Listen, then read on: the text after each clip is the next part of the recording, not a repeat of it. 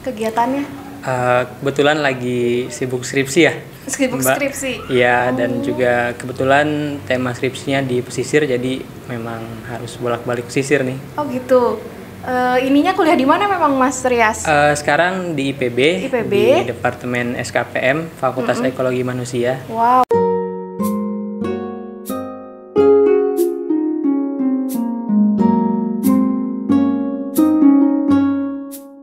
Hai teman pemilih, apa kabarnya nih? Welcome to podcast KPU Corner Kabupaten Bogor. Dengan semangat 5S, salam sapa senyum sigap dan sehat, mari kita wujudkan pemilu dan pemilihan yang lebih baik. Salam better. Kembali bersama saya, Mega Tresnowati. Senang sekali bisa berjumpa kembali dengan teman-teman pemilih. Kali ini kita akan berbincang-bincang dengan Ketua HMI Cabang Bogor, Muhammad Rias Syarifki. Baik, tepuk tangannya dulu dong buat Halo, Akang. Halo Akang ya. Halo, Manggilnya Mbak. Akang apa Mas atau apa nih? Mas aja biar Mas kelihatan aja muda ya. Oke. Selamat datang Mas Rias di podcast KPU Corner Kabupaten Bogor. Terima kasih sudah hadir di sini. Terima kasih juga udah diundang. Apa kabarnya Mas? Alhamdulillah sehat. Sehat ya Mas ya. Di masa pandemik sekarang ceritain dong Mas, lagi sibuk apa nih kegiatannya? Kebetulan lagi sibuk skripsi ya, Sibuk Mbak. skripsi. Iya, dan juga kebetulan tema skripsinya di pesisir, jadi memang harus bolak-balik pesisir nih. Oh gitu. Ininya kuliah di mana memang Mas Rias? Sekarang di IPB, IPB? di Departemen SKPM, Fakultas Ekologi Manusia. Wow, luar biasa. S1, S2? S1. S1. Oh, masih S1. Masih muda. Masih muda. Asli orang mana nih? Ceritain dong, teman pemilih pengen tahu Mas Rias itu asli orang mana, lahir di mana? Kalau saya lahir kebetulan di Jakarta, cuma numpang lahir aja. Numpang lahir sebetulnya. aja, iya. Tapi tinggal dan besar di Bekasi. Tinggal dan besar, asli Bekasi. Asli Bekasi, Oh, KTP Bekasi. KTP Bekasi. Terus kenapa ngambil kuliahnya di IPB? Kebetulan waktu itu mencari ya kampus top 4 terbaik di Indonesia, dan jodohnya di IPB aja gitu. Jodohnya di IPB. Kalau di Bekasi terbaik kampus apa tuh di sana? Di Bekasi kebetulan belum ada kampus negeri yang besar ya, jadi rata-rata kampus swasta yang tentunya sama-sama bagus. Sama-sama bagus ya? Sama-sama bagus. Oke, ini kita mau ngobrol-ngobrol terkait organisasinya Mas Rias, yaitu HMI Cabang Bogor. Kemarin itu baru konvercap ya? Iya, baru pemilihan. Pemilihannya, berarti Mas Rias ini terpilih sebagai ketua periode 2022-2023. 2022-2023. Ya. Nah, ceritain dong itu proses konvercapnya seperti apa, selain pembahasan pemilihan ketua, di konvercap itu ngebahas apa aja sih? Jadi konvercap itu mungkin lebih seperti silaturahmi gitu. Silaturahmi ya? Karena mungkin dari masing-masing komisariat kita tuh jarang ketemuan. Oh. Jadi momennya pas karena saat konvercap kebetulan dalam villa juga di Pamijahan. Itu rekan-rekan yang biasanya mungkin kita punya kesibukan masing-masing bisa berkumpul. Sama-sama di sana mencurahkan ide dan pikirannya untuk kepengurusan ke depan. Jadi nggak hanya pemilihan, tapi ada juga LPJ, ada juga pemberian rekomendasi, maupun rekan-rekan yang sebetulnya punya harapan untuk cabang Bogor ke depannya, tapi mereka mungkin jarang gitu kumpul. Jadi momen juga bagi mereka mencurahkan ide dan gagasannya. Ide gagasan tentang apa tuh, Mas? Biasanya ya isu-isu rata-rata, politik terhangat gitu. Mungkin kalau di cabang sebelah ya, tapi cabang di sebelah, ya. cabang Bogor, HMI Cabang Bogor, kita lebih banyak berbicara mengenai program, dan juga sebetulnya HMI Cabang Bogor tuh mau dibawa kemana sih 1 tahun ke depan? Apakah kita mau lebih fokus dalam perpolitikan, apakah pengabdian, atau pada kemahasiswaan? Nah, terkait program yang tadi Mas sebutin itu, program apa yang Mas tawarkan ke kader-kader HMI sehingga para kader terketuk memilih Mas Rias sebagai ketua terpilih? Programnya apa aja tuh? Jadi kalau berbicara program ke depan ya, Mbak Mega, kebetulan saya dan rekan-rekan itu menyusun program pengabdian masyarakat. Bagaimana kalau kita mengutip dulu pernyataan Jenderal Sudirman ya, HMI itu bukan hanya himpunan mahasiswa Islam, tapi juga harapan masyarakat Indonesia. Dan juga kalau kita lihat di tujuan HMI di anggaran dasar itu disebutkan bahwa di akhirnya itu ya kata-kata terakhir, kalimat terakhir itu mewujudkan masyarakat adil makmur yang diridhoi Allah Subhanahu wa taala. Jadi titik kritis juga gitu. Kalau HMI itu hanya berfokus pada kegiatan politis, tapi kita meninggalkan masyarakat yang sebetulnya itu tujuan kita di akhir. Seperti itu ya. Seperti itu. Selain itu, kami juga menyusun program kewirausahaan, tentunya mendukung teman-teman yang berfokus dan juga ingin gitu kedepannya memiliki usaha maupun bisnis di bidang pertanian maupun non pertanian. Baik, nah kan ini masih masa pandemik ya Mas ya, apalagi betul. Kan Omikron perharinya makin melonjak ya, iya, makin betul. Banyak yang terkena Omikron. Nah otomatis kan berarti pertemuan tatap muka dibatasi ya. Betul. Nah berarti Mas Rias itu mempunyai terobosan memperbanyak konten-konten di medsos. Nah mungkin ada terobosan yang dilakukan Mas Rias terkait terobosan di medsosnya HMI itu apa aja sih? Ya, kebetulan kalau medsos HMI kita belum aktif kembali ya, tapi rencana kedepannya bukan hanya dari cabang tapi juga komisariat, kita mengintegrasikan kegiatan-kegiatan yang ada di komisariat agar bisa dipost ataupun disebarkan oleh Instagram maupun sosial media cabang. Selain itu juga karena kampus lagi kembali lagi untuk pertemuan secara luring karena meningkatnya Omikron, betul. Kita juga terus mengusahakan kaderisasi HMI secara daring juga, sehingga teman-teman yang ingin masuk HMI itu tidak lagi harus menunggu kegiatan secara offline. Jadi ada kegiatan secara daring juga ya. Itu dilakukan sebulan sekali kah atau seminggu sekali kah biasanya? Kalau di rencananya itu sekitar 2 minggu sekali. 2 minggu sekali ya. Kaderisasi. Bersama dengan para kader HMI ya. Aduh, menarik banget nih teman-teman pemilih. Nah, teman-teman pemilih juga pengen tahu nih medsosnya HMI itu ada berapa dan namanya apa aja, bisa disebutin nggak biar teman-teman pemilih memfollow semua medsos HMI. Iya. Kebetulan Masnya di sebelah sini kan. Kalau Instagram itu @HMI Bogor. Kalau di Facebook itu ada beberapa ya yang aktif, ada HMI Buitenzorg, HMI Cabang Bogor, maupun HMI Bogor 1947. Nah itu tadi udah disebutin nih sama Mas Rias tuh medsos-medsosnya HMI. Takutnya teman pemilih pengen kepo ini kegiatannya HMI Cabang Bogor ngapain aja. Nah bisa follow semua medsos yang tadi sudah disebutin sama Mas Rias. Baik, lanjut ke perbincangan kita ya Mas Rias ya. Aku pengen tahu dong ini kontribusinya HMI Cabang Bogor dalam pelaksanaan demokrasi. Nah mungkin ada kegiatan-kegiatan yang mau dibuat oleh Mas Rias gitu. Ya, kalau berbicara ke depan HMI Cabang Bogor sendiri, kami merencanakan beberapa kegiatan karena tadi kami salah satu programnya itu pengabdian pada masyarakat. Tentunya kegiatan tersebut bisa dikolaborasikan gitu, dengan kita pencerdasan kepada teman-teman pemuda di desa, teman-teman di daerah Bogor selain Cibinong. Kita nantinya bisa mengkolaborasikan program agar teman-teman ini dapat tercerdaskan secara demokrasi juga.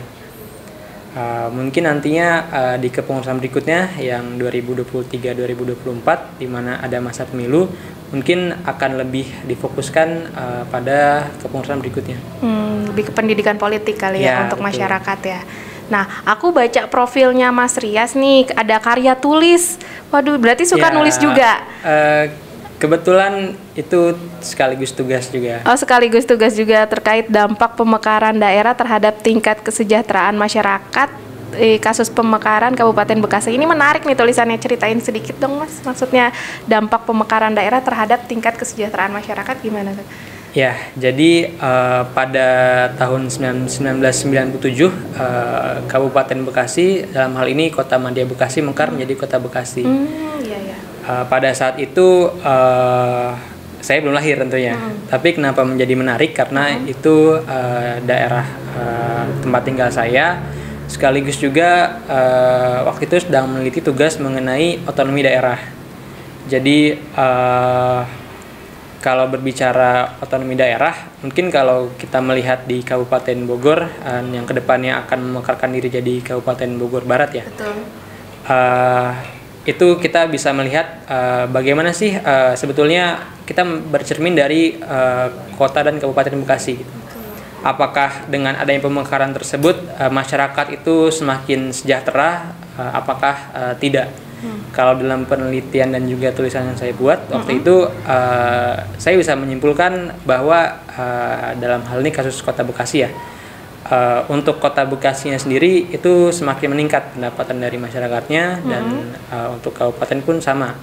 Namun lebih cepat ya di Kota Bekasi, mungkin karena memang kota ya. Betul. Oh, jadi sangat berpengaruh pada tingkat kesejahteraan. Ya. Justru ketika dimekarkan semakin sejahtera ya masyarakat. Harusnya semakin sejahtera. Harusnya semakin sejahtera. Mudah-mudahan kita doakan Kabupaten Bogor Barat dan Bogor Timur ya rencananya. Bogor Timur. Mau ada pemekaran. Baik, mau nanya-nanya lagi nih Mas, kan tadi sebelum masuk ke ruangan podcast sudah dijelaskan terkait RPP Digital KPU Better. Mau minta testimoninya dong terkait RPP Digital KPU Better itu? Ya. Masukan-masukannya mungkin untuk kami. Mungkin untuk RPP KPU Digital ya. Ini jadi inovasi juga, inovasi yang sangat bukan hanya milenial gitu, tapi zilenial bagi kita yang lahir di generasi pasca reformasi mungkin yang 97 ke atas. Kita yang mungkin udah bosen itu ya, kita mungkin harus ke perpustakaan, harus ke KPU secara langsung kalau mau mencari data maupun mau melihat mungkin kita mau lihat kita ada di dapil mana, kita langsung buka aja di website KPU Kabupaten Bogor. Selain itu juga ada gamesnya juga, jadi menarik ya. Mungkin teman-teman pemilih pemula yang umur 17-18 yang 2024 nanti jadi pemilih pertama kali milih presiden semua ya, presiden, betul, gubernur ya, semua 14 Februari 2024 itu kita bisa tercerdaskan terlebih dahulu gitu.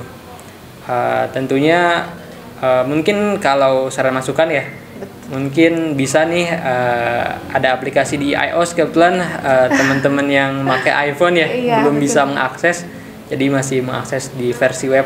Iya, tapi di Google Play Store juga bisa, cuman untuk iOS, Android, iPhone lagi dalam proses pengembangan oleh kami. Semoga cepat jadi ya. Iya, luar biasa.